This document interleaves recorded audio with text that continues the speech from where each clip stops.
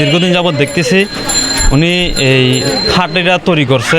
নৌকা দিয়ে একটা ডিজাইন করে খাট বানাইছি, মনে করেন আমার মনের আবেগের থেকে। দীর্ঘ ৩ যুগ ধরে কাঠমিস্ত্রির পেশার সঙ্গে জড়িত বাচ্চু বঙ্গবন্ধু ও প্রধানমন্ত্রীর প্রতি তার বিশ্বাস, ভক্তি, ভালোবাসা শৈশব থেকে। তাই তো সাধ্যের জায়গা থেকে প্রধানমন্ত্রী বঙ্গবন্ধু কন্যার জন্য একটি নান্দনিক খাট বানানোর ইচ্ছে জাগে তার মনে।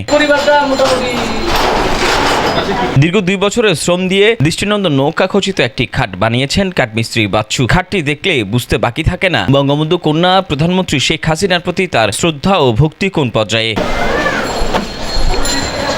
সেই ইচ্ছা থেকে চট্টগ্রাম নগরী ২ নং মাইলের মাথা শমসু হাজি বাড়ির গলির ভেতরে ভোলা ফার্নিচার দোকানে রাত দিন পরিশ্রম করে খাটের কাজ শেষ করেন তিনি। কাজটি করতে তার প্রায় ১.৫ লক্ষ টাকার মতো খরচ হয়েছে। দৃষ্টিনন্দন খাটটিতে বিভিন্ন স্থানে লেখা আছে সরকারের বড় বড় সব উন্নয়নের বার্তা, আছে বাংলাদেশের জাতীয় পতাকা সহ আরো কত কি। এখন অপেক্ষা শুধু প্রধানমন্ত্রীকে উপহার হিসেবে তুলে দেওয়া। এটা মানে একটা খাট বানাইছি, নৌকা দিয়ে একটা ডিজাইন করে খাট বানাইছি, মনে করেন আমার মনের আবেগের থেকে।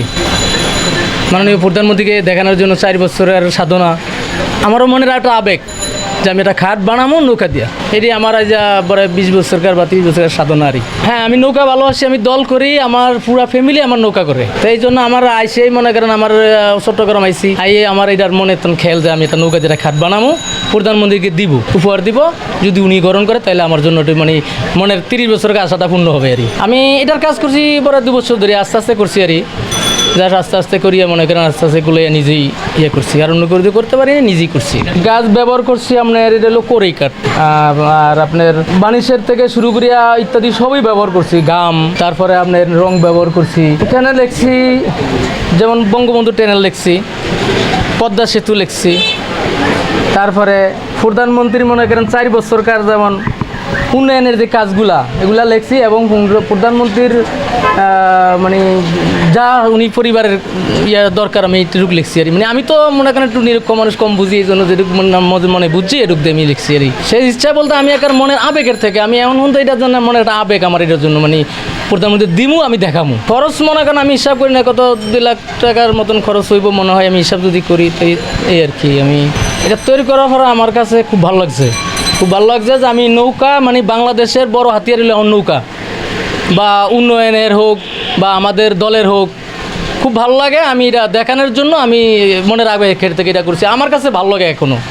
আমি মনে হয় যদি কাঠটা ধরি, আমি এই নৌকাটা ধরি তো আমার কাছে ভালো লাগে। মানে উনিরে আমার মনে হয় আমার মায়ের মতন লাগে। আমি এই যা কী বলবো, উনিরে যদি উনি দেখে বা উনি যদি এটা কয় বা এটা অ্যাপসেস করে যে আমি এটা আমার একটা কার্ডের উপরে কোথায় করে লেখা, অনেক টাফ ব্যাপার।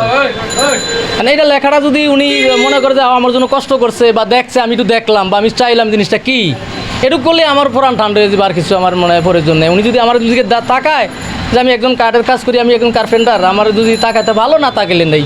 ব্যতিক্রমে এই খাটটি দেখতে অনেকেই ভিড় জমাচ্ছেন তার দোকানে। মেধা খাটিয়ে বাচ্চু যে খাটটি বানিয়েছেন তা অত্যন্ত দৃষ্টিনন্দন বলে জানান এলাকাবাসী। যেরকম কাজ করে আরো বানায় যদি দেশ বিদেশ ওনারে সুনাম অর্জন করতে পারে, এটা আমাদের জন্য গর্বের বিষয়। আমাদের এই গল্লিতে এলাকায় এরকম একটা কাজ, এরকম একটা খাট বানাচ্ছে প্রধানমন্ত্রীকে উপহার দেওয়ার জন্য, এটার জন্য আমি কৃতজ্ঞ, ওনাকেও ধন্যবাদ জানাই।